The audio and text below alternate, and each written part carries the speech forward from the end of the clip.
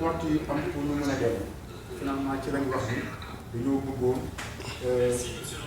essayer taxawal plateforme pour mën a dem dellu bi nag bu ñu wax sax dañuy teg condition dañoo toog waxtaan ñu ni nañ dem seeti te mel ni sëriñ ñu nga xaarlaat loolu waraloon ñu dem fa seeti ko te loolu tamit xam naa dinañ si xaw a jéggalu bu baax ndax bu ñu jotoon si honorable def naa duñ fa dem ndax ci ginnaaw dañuy doog a jot honorable waaw ndax biñ fa demee dañ koo xamal sëriñ bi ñu ko dañoo nekk si ay jafe-jafe mbooloo bi nga xam ne ñoo fi yow bari na ñoo xam ni monsieur le ministre bàyyi wuñ dépense seen kër te it bëgg nañ ay possibilité ni ñu delloo soit ñu jàppale ñu aide yi nga xam ne am na ñu jéem a fexe li ñu jëlee aide yooyu sax subventionné ñu ko ay biir pour ñu dellu ndax xajatuñu suñu famille xajatuñu suñu kër yi. lan moo tax nga def démarche bi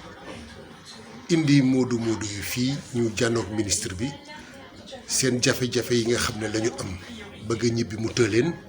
ak billet yi seer yi ñëpp di ko jooy di ko ñaxtu lan moo tax yow nga jël décision daal di ñëw fii tey bu tël leen audience ñu war a rencontrer ministre des affaires étrangères et du Sénégal l'extérieur Amadou Ba. waaw maa ngi sant yàlla bu baax di sant si Ahmadou Bamba di ñaan xel saa mu yàgg ci loolu li ma def dama ko war a def man benn damaa bokk ci yéen ñaareel bi mooy représenter peuple bi kon bu fekkente ni am na si peuple ñoo xamante ni am nañ ay jafe-jafe lay sama rôle mooy la ma mën a def ba nga xamante ni seen jafe-jafe dana ci wàcc ko ma def loolu moo tax bi ma ko waxee ma contacté ministre bi yore maanaam moom lañ dénk nga xam moo yor Sénégal extérieur yi waxtaan seen moom moo muy ku baax moom tamit mu am ci cawarte ni loolu lañ ko fi tegee damay recevoir déglu leen seet ni muy saafara jafe-jafe yooyu kon nit koo xam ne def na waru garam nag daanaka amul luñ koy sant ak luñ koy gërëmee lii ma def moom laa war a def moom la ñu xaar si man di ñaan rek xam ni man ci yéen laa bokk ndax 98 laa njëkk a génn te ba léegi maa ngi génn soxna yeeg njaboot yëpp ñu ngi ci àll bi kon jàpp naa ni dama bokk ci yéen ku bokk ci yéen nag lu mu def ci yéen la def mel na ni ci yéen ko def rek loolu mooy li nga xamante ni mooy tànk yi en tout cas di leen sant bu baax a baax di ñaan daal bu ñu fi jógee jafe-jafe lépp sama saafara incha allah te am nañ si yaakaar ndax fi ñu ñëw tamit wax dëgg yàlla séntu na loolu ci ñoom en tout cas jërëjëf. Cheikh Tidiane Ndiaye maa ngi leen di nuyu yéen yëpp kenn ku ci nekk ci turam ak santam di leen xamal ne wax dëgg yàlla ñëw nañ tey ci Dakar am audience ak ministre des affaires étrangères Amadou Ba def nañoo moom waxtaan bu yaatu nag wax dëgg yàlla bëri na lu ñu expliqué daal. daanaka mënuñ cee teg dara ndax wax nañ ko mu ne billet yi moom 700 euros yi nga xam ne moom lañ ko def mënuñ koo wàññi ndax billet yi 1000 et quelques euros la woon état moo def 200 euros maanaam Air Sénégal bàyyi 100 euros ñoom ñu def 700 euros. léegi nag bés nañ bés ba ne ko Moussa mii di sunu grand bés na bés ba bëgg ñu wàññi ko mu ne daal moom munu cee wax dara léegi nag dégg na sunu wax nee na dana ko jàllale président de la république suñu ko mënee wàññi dana ko wàññi incha allah moom dana ko jàllale. wax nañu na nag 6 vol lañ am yoo xam ne ni Italie moo leen ko autorisé beneen pays autorisé wu leen ko Espagne kon ma di leen xamal ne kon vol amu fa. parce que nee na Espagne amaguñ autorisation bi France it xamal nañu ne képp ku yor carte séjour boo xam ne ni ci Schengen gi la bokk te dëkkoo France maanaam boo fa wàccee il faut que nga wane loo xam ne ni da nga ciy daggaat billet pour dem dëkk ba réew ma nga jëm kon wax dëgg yàlla wax nañu nag dégg nañ sant nañ ko nag gërëm nañ ko ndax bëri na lu ñu wax ak lu ñu développé loo xam ne xamuñ ko woon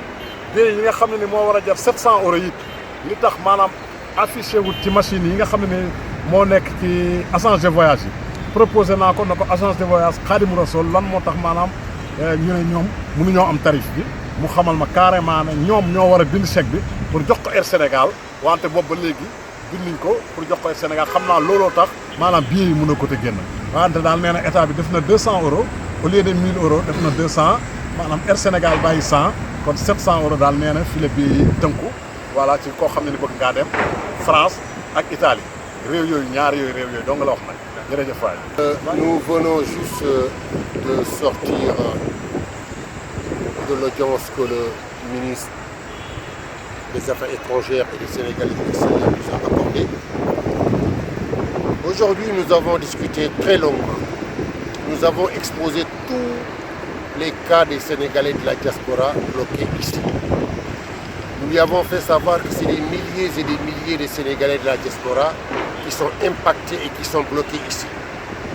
Nous lui avons demandé aussi pourquoi les 12 milliards 500 qui sont partis de la diaspora, on ne peut pas en faire profiter aux Sénégalais de la diaspora bloqués ici. Il nous a répondu que la loi ne le permet pas, que cet argent a été débloqué uniquement pour les Sénégalais qui vivent à l'étranger. Et je lui ai posé la question, comment et qu'est-ce que l'État va faire concernant ceux qui sont là, impactés? Tout le monde sait que les Sénégalais qui sont là ont trop de difficultés. En ce moment, payer même 700 € pour un billet d'avion, c'est trop cher. Il nous a expliqué que Air Sénégal a fait un effort en diminuant à 100 € sur les 1000 € prévus. Le gouvernement a fait une indemnité de 200 €, ce qui fait 300 €. Donc, ce qui a baissé les prix à 700 €. Dans l'état actuel des choses, il ne peut pas parler à son nom propre parce qu'il y a des tarifs qui sont déjà fixés entre l'État du Sénégal et Air Sénégal. Et nous lui avons demandé de baisser les prix. Il nous a dit qu'il va en parler au chef de l'État. Il ne nous promet rien. Mais il appellera le président Macky Sall pour essayer de voir si on peut faire quelque chose en baissant les billets d'avion. Pour les Sénégalais qui sont en Espagne, il faut qu'ils attendent l'ouverture des frontières. Parce que entre l'Espagne et le Sénégal, il n'y a pas d'accord. On lui a posé la question pourquoi uniquement les Italiens. Il nous a fait comprendre que l'Italie a permis au Sénégal par un accord exceptionnel, raison pour laquelle ils ont parlé que des Sénégalais d'Italie. Mais pour eux, tous les Sénégalais sont traités de la même façon. Mais comme c'est l'Italie qui a eu l'opportunité et la chance de pouvoir transporter les Sénégalais bloqués ici, grâce aussi au gouvernement italien qui les a accordé 6 vols. Et donc, après les 6 vols, on ne sait pas si la situation continuera. Mais eux, pour le moment, le gouvernement, à travers le ministre des Affaires étrangères, nous a fait comprendre qu'il y a 6 vols de prévus, que les 700 €, pour le moment, le gouvernement ne peut pas diminuer un centime. Nous avons demandé, afin que le gouvernement puisse diminuer le prix, il nous a dit qu'il en parlera au président de la République. Espérons que le président de la République, qui est le président de tous les Sénégalais, fera un geste pour que les billets d'avion puissent baisser. C'est ce que nous avons quand même discuté. On a parlé du problème des passeports, on a abordé plusieurs sujets. Et bon, on comprend que nous sommes en temps de crise. Je lui ai dit aussi, bon, bien vrai qu'il y a des difficultés, mais j'ai insisté pour que le billet d'avion soit baissé à 500 €. C'est ce que nous avons plaidé pour les Sénégalais de la diaspora, pour les Modou-Modou, pour tout le monde. Aujourd'hui, tous les Sénégalais, celui qui est en Espagne, celui qui est en Italie, celui qui est au Portugal, aux États-Unis, en France, nous sommes tous dans le même bateau et dans la même galère. Solidarité, et on demande que l'État fasse un effort. C'est ce que nous avons conclu avec le ministre des Affaires étrangères. Merci pour votre écoute.